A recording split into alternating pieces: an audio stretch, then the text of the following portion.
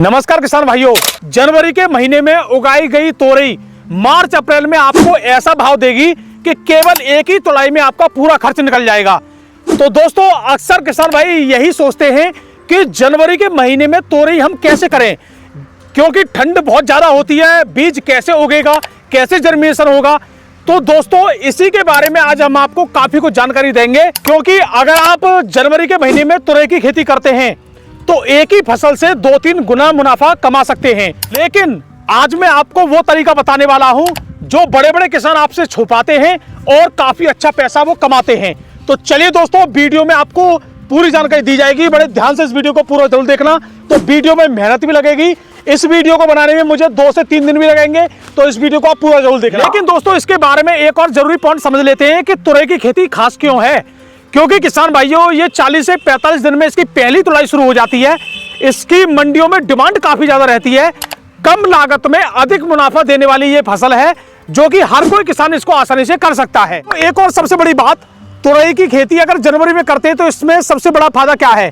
एक तो हमारी फसल में कीट कम लगते हैं, बाजार में माल कम पहुंचता है। जो जनवरी के महीने में जो लोग तुरई करते हैं, तो और उसके बाद इसके जो पौधे हैं, जनवरी में जो उगाए गए पौधे हैं, वो लंबे समय तक चलते हैं। तो काफी आपको मुनाफा ये फसल देती ही देती है। तो किसान भाइयों, तुरई की खेती करने से पहले अब सबसे पहले जानते हैं खेत की तैयारी के बारे में। तो खेत की तैयारी करते समय आपको अच्छी तरीके से खेत को जोत लेना है। जुताई करने के बाद अपने खेत में आपको 80 से 100 क्विंटल प्रति एकड़ के हिसाब से आपको देसी खाद डालना है। जैसे कि ये आप देख पा रहे हो, इस तरह का सूखा देसी खाद होना चाहिए, जो आप 80 से 100 क्विंटल सड़ी हुई देसी खाद डालते हो। उसके बाद में किसान भाइयों, अच्छी तरीके से खेत की जुताई कर रूटावेटर चलाकर एकदम समतल बना लेना है। और खेत ऐसा ही चुनना है जिसमें आपके में पानी ना रहे, यानी ऊंचा ही खेत होना चाहिए। तो ये काम करने के बाद अब रही रासायनिक खाद की। रासायनिक खाद में आपको इसमें डीएपी लेना है, पोटास लेना है और यूरिया लेना है, यानी तीनों ही चीज लेनी है। तो आपको नाइट्रोजन लेनी है 60 किलो, जो कि आपको 2 बार में डालनी है। और आपको इसमें डीएपी लेनी है आपको 30 किलो पर एकड़ के हिसाब से। और आपको पोटास भी आपको 30 पर एकड़ के हिसाब से लेनी है, क्योंकि जितनी अच्छी आपकी खाद होगी उतना ही आपकी जो तोरई है अच्छी होगी, सुंदर होगी और लंबी तोरई होगी, जो बाजार में आपको पैसा भी देगी। तो अब किसान भाइयों, आगे भी इसके बारे में जानते हैं। दोस्तों, अब बात करेंगे उस राज की जो आपको कोई किसान नहीं बताता है। देखिए, सबसे बड़ी बात है, आपको तोरई की बिजाई सीधी बिल्कुल नहीं करनी है, क्योंकि जनवरी के महीने में आप सीधी बिजाई बिल्कुल नहीं कर सकते हो। तो इसका तरीका क्या है?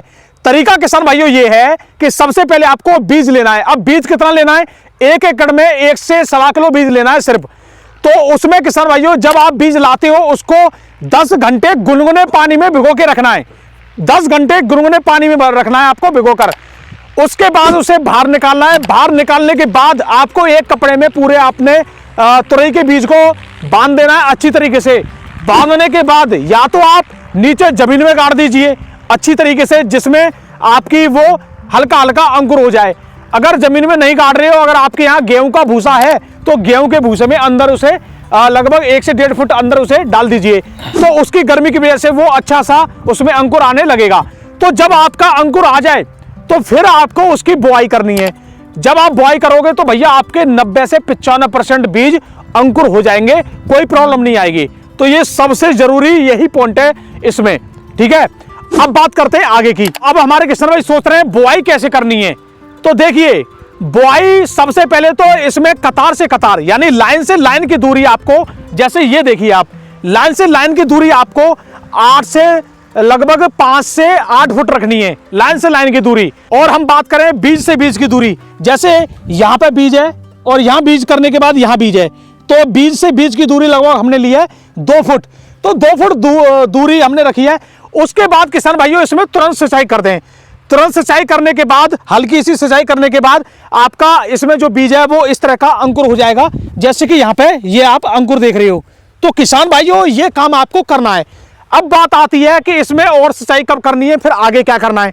तो जिस तरीके से मैं अभी आपको बता रहा हूं, आपको सिंचाई करने के बाद आपको शाम के समय में इसमें पॉलीथिन डाल देनी है। जो आप देख पा रहे हो, मल्चिंग यहाँ पे डली हुई है, इस तरीके से मल्चिंग आपको डाल देनी है और उसे डाले ही रखना है। फिर अगली जो सिंचाई होगी, वो आपका बीज जब बाहर निकल आएगा और बाहर निकलने के बाद उसमें अंकुर अच्छी तरीके से आ जाएंगे, तब आपको हल्की सी सिंचाई करनी है, जो कि आपको 7-8 दिन बाद करनी है। और उसमें किसान भाइयों, एक सबसे अच्छी बात और है कि उसमें पॉलीथीन को बिल्कुल नहीं खोलना है जब तक बीज जर्मिनेशन ना हो जाए। इस बात का भी विशेष ध्यान रखें। ऐसा नहीं है कि आज आपने पॉलीथीन से ढक दिया और अगले दिन फिर खोल दिया, नहीं, पूरा इसमें बीज को जर्मिनेशन हो जाने दीजिए, उसके बाद ही पॉलीथीन खोलना है। क्योंकि अंदर का टेम्परेचर जब तक डाउन, मतलब अंदर का टेम्परेचर जब तक ज़्यादा नहीं होगा तो आपका बीज अंकुर नहीं होगा। क्योंकि तुरई खेती जो है वो आपकी गर्म जलवायु की खेती है, इस बात का भी विशेष ध्यान रखें। और इसको हम जनवरी की ठंडी जलवायु में जर्मिनेशन कर रहे हैं, तो इसी वजह से इसमें कुछ चैलेंज भी है। चैलेंज बहुत आसान है, कोई घबराने वाली बात नहीं है। लेकिन इसमें आप देखिए, मैं आपको अभी वो चीज़ भी दिखाऊंगा जो आपको यहाँ पर रिजल्ट देखने को मिलेंगे। आपको अगर आपका बीज अच्छी तरह जर्मिनेशन हो चुका है, आपकी जो तुरई है वो आपकी लगभग, ये देख पा रहे हो, इस तरीके से जर्मिनेशन पूरा आ चुका है। जर्मिनेशन आने के बाद आपकी तोरई दोस्तों लगभग 20 दिन की हो चुकी है। तो उस समय पे आपको 10 किलो आपको यूरिया लेकर अपने इस तोरई वाले इस जगह पे यहाँ पे इस तरीके से डाल देना है। दोस्तों एक बात का विशेष ध्यान रखें, 20 दिन की तोरई होने पर आपको अपने खेत में न्यूट्रिशन की स्प्रे जरूर करनी है। आपकी तुरई की ग्रोथ स्पीड से बढ़े, क्योंकि ठंड के मौसम में काफी धीरे धीरे ग्रोथ चलती है और हमें चाहिए अपनी ग्रोथ समय पर, यानी 35 से 40 दिन पर हमें ग्रोथ चाहिए ही चाहिए, जिससे हमारा फल फूल आसानी से आ जाए और हमें पहली तुलाई लगभग 40 से 45 दिन पर मिल जाए। अगर गर्मी के महीने में तो दोस्तों हमें 30 से 35 दिन पर मिल जाती है तुरई की, लेकिन ठंड के महीने में हमें 10 दिन और ज़्यादा लग जाते हैं। इस बात का भी विशेष ध्यान रखें।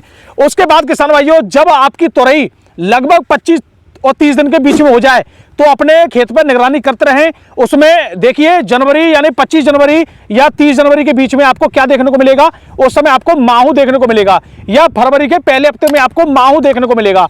तो माहू या फल मक्खी या जो भी कीट है, इनके लिए आपको कीटनाशक की हल्की हल्की स्प्रे करते रहना है अपनी फसल को देखकर। उसके बाद किसान भाइयों, आपके खेत में जब फूल आने लगे उस समय आपको बोरोन की और पोटाश की इसमें स्प्रे करनी है। क्यों करनी है? क्योंकि फूल जो आपका आए वो टेम्परेचर के कारण, कम ज्यादा टेम्परेचर होने के कारण वो झड़े नहीं, पूरा आपका उस फूल से तुरई बने और तुरई काफी लंबी हो जाए। पोटाश की वजह से तुरई पे चमक और लंबापन दिखेगा। और उसके बाद आप जब मार्केट में लेके जाओगे तो आपको हो सकता है फरवरी के लास्ट में आपको तुरई का भाव 100 रुपए से लेकर और 120 रुपए पर किलो तक भी देखने को बिल्कुल मिल सकता है। क्योंकि ये जो तुरई की खेती है केवल आप ही कर रहे हो, और आप जैसे केवल 1-2% ही लोग कर रहे होंगे। बाकी जो लोग तुरई की खेती करेंगे वो तो दोस्तों करेंगे अपनी मार्च में जाकर, और उनकी तुरई आएगी अप्रैल के लास्ट में जाकर। लेकिन जब तक आप काफी ज्यादा पैसा कमा चुके होंगे। चैलेंज तो इसमें है लेकिन पैसा भी बहुत है। तो आपको पता ही है दोस्तों, जहां रिस्क है वहीं पैसा है, तो रिस्क थोड़ा बहुत तो लेना पड़ेगा। पहले आप कम खेत में इस रिस्क को लें। अगर आपको इसके बारे में पूरी नॉलेज होने लगे तब जाके आप बहुत बड़े क्षेत्र में इसको कर सकते हैं। ये मैं लास्ट में आपको सलाह देना चाहूंगा।